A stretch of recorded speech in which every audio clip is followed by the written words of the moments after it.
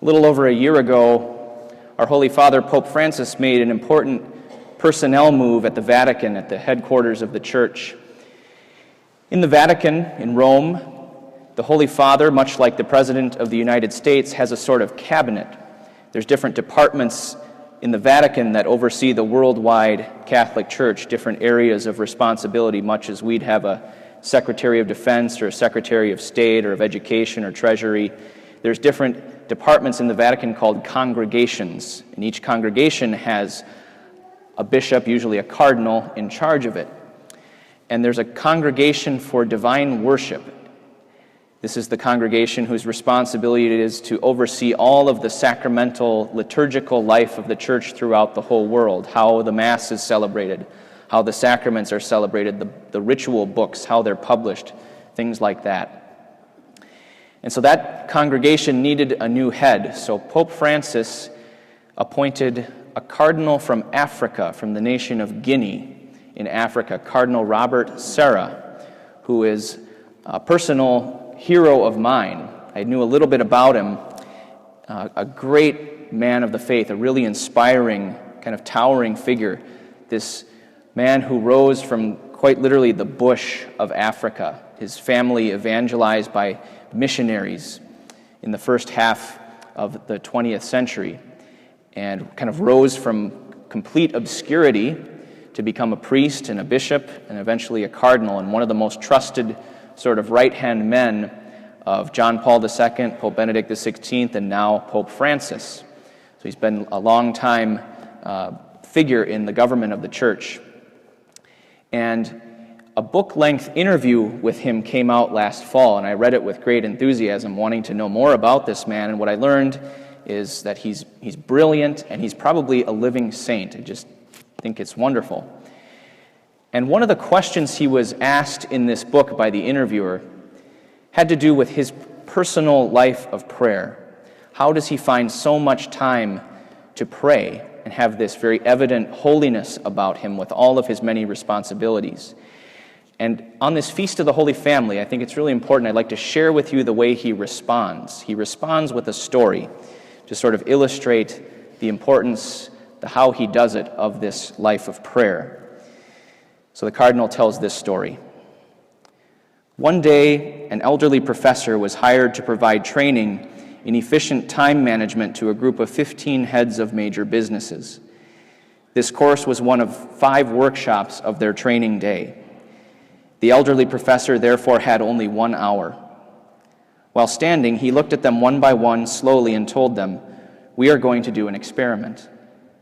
From beneath the table, the professor brought an enormous pot holding several gallons, which he gently placed in front of him. Then he held up a dozen rocks, each about the size of a tennis ball, and gently placed them one by one into the big pot. When the pot was filled to the brim and it was impossible to add another rock, he looked up at his students and asked them, "Is the pot full?" They all answered, "Yes." He waited a few seconds and added, "Really?" Then he bent down again and brought out from under the table a container filled with gravel. He meticulously poured this gravel onto the big rocks and then gently stirred the pot. The bits of gravel filtered between the rocks down to the bottom of the pot. The old professor looked up again at his listeners and repeated his question, "Is the pot full?" This time, his brilliant students were beginning to understand the scheme. One of them answered, "Probably not." "Right," the old professor replied. Again he bent down and this time brought some sand from under the table. He poured it into the pot. The sand settled into the spaces between the big rocks and the gravel. Once again he asked, "Is the pot full?" This time in chorus and without hesitating, the students answered, "No." "Right," the old professor replied. And as the students expected, he took the pitcher of water that was on the table and filled the pot to the very brim. Then the old professor said, "What important truth does this experiment demonstrate for us?" The boldest of the students, who was no slouch, thought of the subject of the course and answered, "It demonstrates that even when we think our agenda is completely full, we can always add more meetings and more things to do if we really want to." "No," the old professor replied, "that is not it. The important truth that this experiment demonstrates for us is the following. If you do not put the big rocks into the pot first, you will never be able to make them all fit later. There was a profound silence, each one becoming aware of the obvious truth of the remarks. The old professor then told them, "What are the big rocks in your life? Your health, your family, your friends, your dreams, your professional career? What you need to remember is the importance of putting the big rocks into your life first. Otherwise, you risk failing to do so. If you give priority to junk, to the gravel and the sand, we will fill our life with futility, with unimportant, worthless things. We will no longer have the time to devote to the important things. So do not forget to ask yourself the question, what are the big rocks in my life? Then put them into the first into the pot of your daily routine." With a friendly gesture of his hand, the old professor saluted his listeners and slowly left the room. And the cardinal continues, "Is prayer one of the big rocks in my life? I answer without hesitation. Prayer must truly be the big rock that has to fill the pot of our life. It is the time when we do nothing else but be with God. It is the precious time in which everything is done, everything is regenerated, and God acts to configure us to himself." The Holy Family, Jesus, Mary, and Joseph. We get a little glimpse of their life. We get a little glimpse of their life, and it's to help us begin to see. We met them a few days ago at the stable. Now the church invites us to contemplate their life once they left Bethlehem, once they returned from Egypt and settled into a normal family life in Nazareth. What can we learn from that?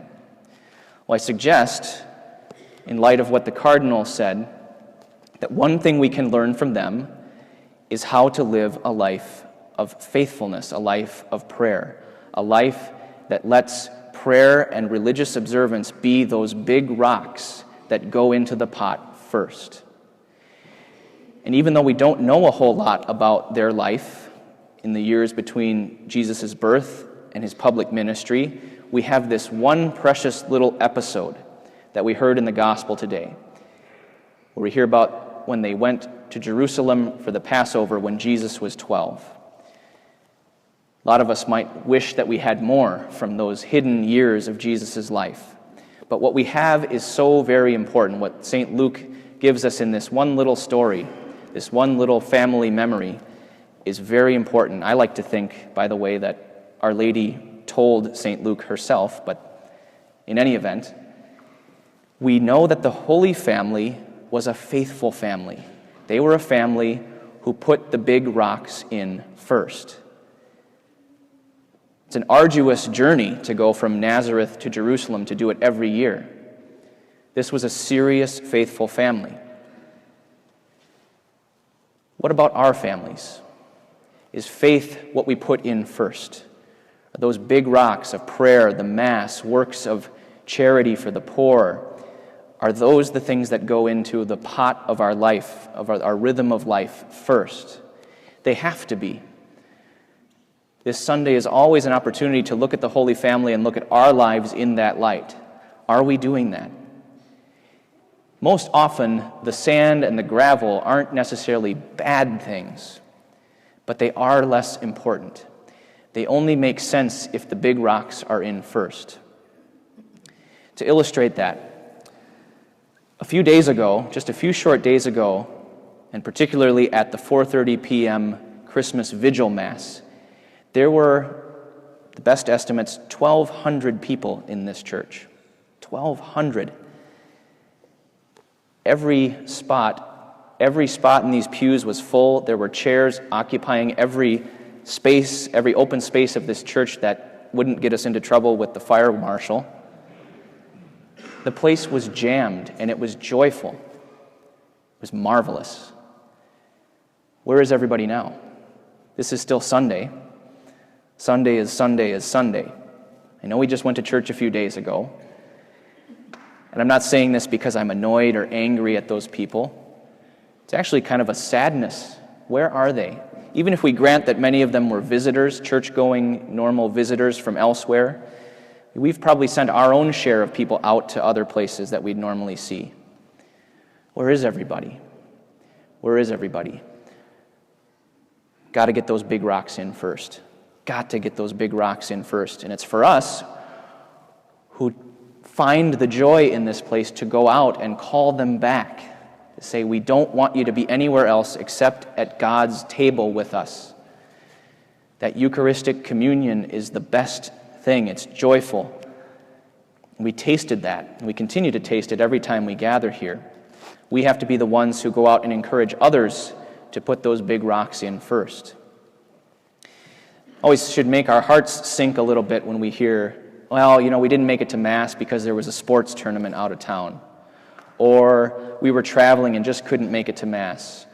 Or, and I accuse myself of this one, the holidays were just too busy and I just couldn't really find time to pray. That's putting the sand and the gravel in first, brothers and sisters. And not to shame anyone or make anyone feel guilty, but just to know that you can look to the Holy Family. You can look to the intercession of Jesus, Mary, and Joseph to help us gather up those big rocks and put them in first so that everything will fit where it is supposed to fit. To extend the Cardinal's metaphor, all those chairs we had out, weren't enough hymnals to go around out there. It's hard to kneel out there. It's hot. It's stuffy. Those are rocks kind of resting on top of everything. We want those people here. We want them here every single week. And I think we can do that. Especially encourage our dads, fathers of families. Of course, understanding that husbands and wives are equal in dignity and equal in that vocation, but dads especially, and it's the message of the Holy Family. It's what God has revealed to us in inviting, in giving St. Joseph the mission of leading the Holy Family as perhaps its least qualified member, right? Jesus and Mary, sinless, and here's Joseph leading them into Egypt. Here's Joseph leading this family. Our dads, our fathers need to learn once again, and speaking as the father of this family, this church family, we need to be the ones reminding ourselves to put the big rocks in first. Prayer, confession, Mass, works of charity and mercy for the poor. All of these really important things that easily get set aside. It's interesting that St. Joseph was able to do all this. Was able to do this mission. Gives us courage. It gives us courage when we have to say to someone, make a tough decision. Maybe there's an extracurricular activity that someone wants to participate in that's going to make it difficult to get to Mass. Look to St. Joseph for the strength, the resolve to insist that no, that's a piece of gravel. The big rock has to go in first.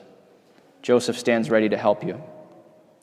When we begin to do that and begin to taste and live some of that joy that comes with having things in the right order, that's when we'll begin to learn the truth that God wants to speak to us. There's a beautiful line by the poet Francis Thompson. He's speaking in the voice of God. And he says, "All these things I took from thee, not for thy harms, but only that thou mightst seek them in my arms." Give thanks to the Lord, for he is good.